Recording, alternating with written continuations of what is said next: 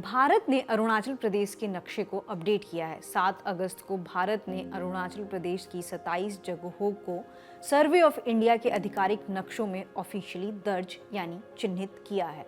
सुनने में आपको ये सामान्य सी खबर लग रही होगी, पर भारत सरकार की ओर से ये कदम ऐसे समय पर उठाया गया है जब अरुणाचल प्रदेश की कुछ जगहों को लेकर चीन की ओर से बार बार दावे किए जाते हैं। उसके साथ ही एक बात और ध्यान देने वाली है कि 7 अगस्त को भारत सरकार ने नक्शे को अपडेट किया है और लगभग 1 महीने बाद यानी कि 12 से 13 सितंबर को ब्रिक्स समिट होने वाला है और उम्मीद है कि चीन के प्रेसिडेंट शी जिनपिंग भी समिट अटेंड करेंगे। खास बात यह भी है कि 18वें ब्रिक्स समिट को इंडिया चेयर कर रहा है। इंडिया ने किन 27 जगहों को अपडेट किया है? क्या भारत ने अपनी सीमा बदल दी है? भारत सरकार ने इसके पीछे क्या कारण बताया है? अरुणाचल प्रदेश भारत के लिए कैसे सिग्निफिकेंट है? उसके अलावा ये ब्रिक्स क्या है? भारत और चीन ब्रिक्स के लिए कैसे इंपॉर्टेंट हैं? ओवरऑल भारत के इस डिसीजन को कैसे देखा जा सकता है, सब बताएंगे आज के इस वीडियो में। स्क्रीन पर आपको 27 लोकेशंस की लिस्ट दिख रही होगी।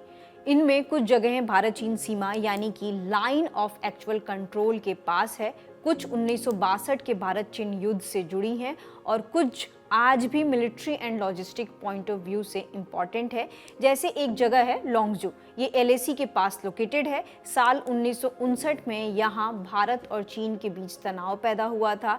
इसी के पास माजा गांव भी है जिसे अब सरकारी नक्शे में शामिल किया गया है। जोला, रिजाला, पुकुरला, इसके अलावा थागला जैसे ऊंचाई वाले पहाड़ी दर्रे भी शामिल हैं। इनमें से थागला जो जगह है वहाँ 1962 के भारत चीन युद्ध की शुरुआती लड़ाई हुई थी। आगे जयरामपुर भी इस लिस्ट में शामिल है। ये अरुणाचल प्रदेश के चांगलांग जिले में स्थित है। ये सुरक्षा बलों के लिए एक अहम लॉजिस्टिक और आवाजाही केंद्र है। एक और जगह है जसवंतगढ़ जो तवांग जाने वाली सड़क पर स्थित है और यहाँ 1962 के युद्ध के वीर सैनिक जसवंत सिंह रावत की स्मृति में एक स्मारक है। लिस्ट में सेरे थापा स्मारक भी शामिल है। ये 1962 के युद्ध के वीर सैनिक त्रिलोक सिंह थापा की स्मृति में बनाया गया है। कुल मिलाकर देखा जाए तो इन 27 जगहों में कुछ भारत चीन सीमा से जुड़े इंपॉर्टेंट प्लेसेस हैं, कुछ 1962 के युद्ध के इतिहास से जुड़े हैं, कुछ पहाड़ी दर्रे और झील जैसी ज्योग्राफिकल लोकेशंस हैं और कुछ आज के समय में सुरक्षा और सैनिकों की आवाजाही के लिए इंपॉर्टेंट सेंटर्स हैं। अब उस सवाल को जान लेते हैं कि भारत सरकार ने ऐसा करने के पीछे क्या कारण दिए हैं। मिनिस्ट्री ऑफ होम अफेयर्स ने अपने स्टेटमेंट में कहा है, इन जगहों को सर्वे ऑफ इंडिया के अरुणाचल प्रदेश के आधिकारिक नक्शे में दर्ज करने का उद्देश्य ये है कि इनकी सही पहचान हो सके और आम लोगों को इन जगहों के बारे में ज़्यादा जानकारी मिल सके। अब उस सवाल की ओर कि क्या भारत ने अपनी सीमा बदल दी है? जवाब है नहीं। इस अपडेट को नई सीमा खींचने के रूप में नहीं समझना चाहिए। भारत पहले से ही अरुणाचल प्रदेश को अपना हिस्सा मानता है। नए मैप अपडेट का मुख्य उद्देश्य है पहले से भारतीय माने जाने वाले क्षेत्रों को ऑफिशियल मैप में स्पष्ट और स्टैंडर्डाइज तरीके से दर्ज करना। सीधे शब्दों में बाउंड्री बदली नहीं है, मैप में लोकेशंस की ऑफिशियल रिप्रेजेंटेशन ज़्यादा क्लियर हुई है। लेकिन इस पूरे कदम को केवल मैप अपडेट के नज़रिए से नहीं देखा जा सकता है। जैसा कि हमने शुरुआत में ही बताया कि अरुणाचल प्रदेश की कुछ जगहों पर चीन अपने दावे पेश करता रहा है।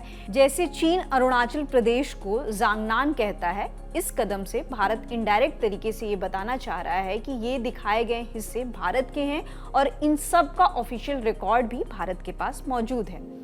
अब उस सवाल की ओर कि अरुणाचल प्रदेश इंडिया के लिए किस तरीके से सिग्निफिकेंट है।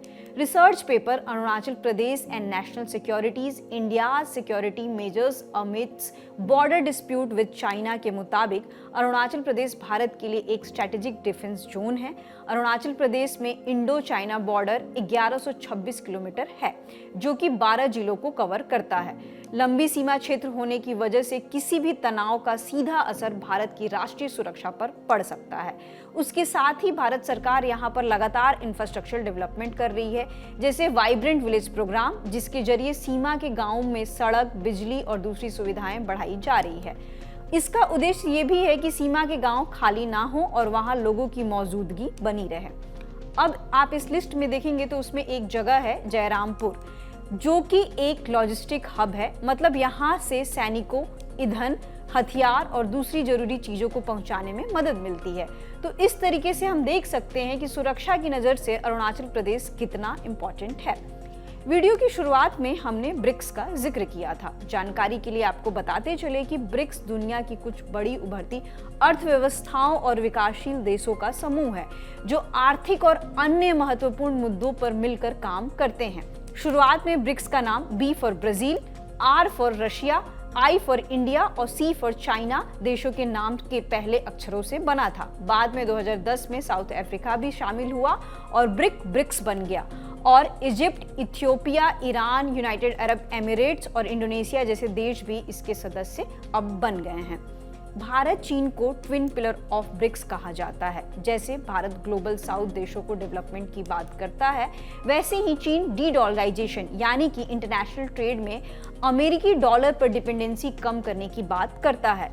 तो एक प्रकार से देख सकते हैं कि दोनों देश वेस्टर्न कंट्रीज पर डिपेंडेंसी कम करने पर जोर देते हैं। चीन ब्रिक्स ग्रुप का लार्जेस्ट इकोनॉमी वाला देश है, इसलिए चीन बहुत सारे मेंबर कंट्रीज का ट्रेड एंड इन्वेस्टमेंट पार्टनर भी है।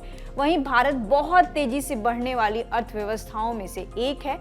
भारत की ग्रोथ से ब्रिक्स की आर्थिक ताकत बढ़ती है और दुनिया भारत की वजह से ब्रिक्स को एक इम्पॉर्टेंट इकोनॉमिक ग्रुप मानती है। अब अंत में उस सवाल की ओर आते हैं कि नक्शा क्यों इम्पोर्टेंट है। नक्शा किसी देश का ऑफिशियल पोजीशन दिखाता है। अगर किसी गवर्नमेंट मैप में किसी गांव, पहाड़, दर्रा को किसी नाम और सीमा के भीतर दिखाया जाता है तो वह उस देश की एडमिनिस्ट्रेटिव और टेरिटोरियल पोजीशन बन जाता है। इसलिए किसी स्टेट पर कोई और देश दावा कर रहा है तो वहां मैप केवल ज्योग्राफी का हिस्सा नहीं होता है बल्कि उस देश का पॉलिटिकल पोजीशन भी दिखाता है। इस वीडियो में हमने सारे जरूरी मुद्दे को कवर करने की कोशिश की है, पर इस डिस्कशन के अंत में कुछ सवालों के जवाब अभी भी देने बाकी हैं। जैसे कि भारत के इस कदम से क्या भारत चीन सीमा विवाद बढ़ जाएगा? आने वाले ब्रिक्स समिट पर क्या असर पड़ेगा? ये सारे सवालों के जवाब भविष्य की कार्रवाई पर निर्भर करेगा। फिलहाल इस खबर में इतना ही। आप इस मुद्दे पर क्या सोचते हैं? आप अपनी राय हमें कमेंट सेक्शन में बता सकते हैं। शुक्रिया।